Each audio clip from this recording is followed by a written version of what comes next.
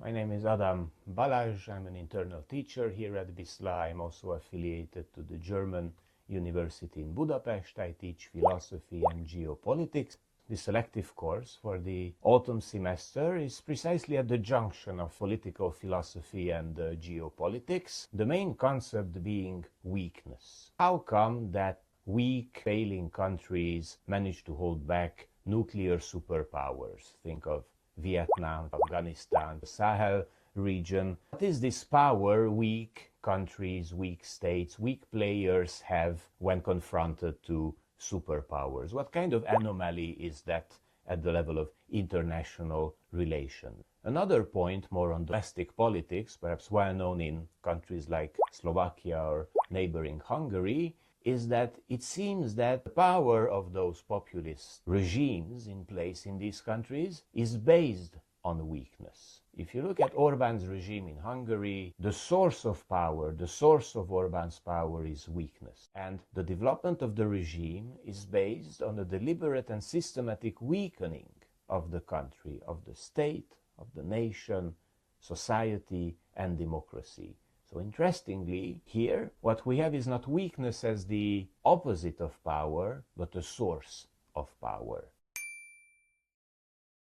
The idea of the course, despite weakness being the central concept, is to reflect on power at the end of the day. I believe that the nature of power is often misunderstood. A misunderstanding around what power is, what is the potential of it, what are the limits of power, is there in many conspiracy theories. Think of conspiracy theories, they are based on a misunderstanding of what a president, a group of leaders can and cannot do. And I think that putting it a bit upside down, looking at weakness as a source of power, will bring us closer to a better understanding of power and the very nature of power.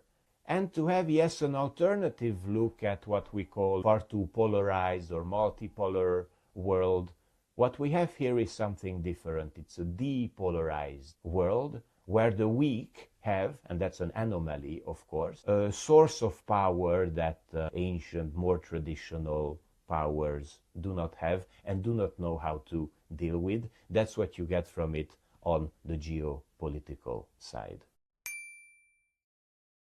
It's an elective course. I think it makes sense if students work together, perhaps group assignments. Part of it can be discussed at the beginning of the semester. Given that we are at the junction of philosophy and geopolitics, not be a populist and not say what you want to hear but the truth. There will be a couple of philosophical classics, a bit of Machiavelli, perhaps a bit of Hobbes, a bit of Spinoza, but that's only like one part of the course. So the course is also about the Cold War decolonization. So there should be some weekly readings, but not each and every week. And then, given that it's an elective, can also discuss presentations and perhaps more easygoing final papers. It's an elective, so really discussion-based. Let's say that we discover a topic together and try to make sense of it.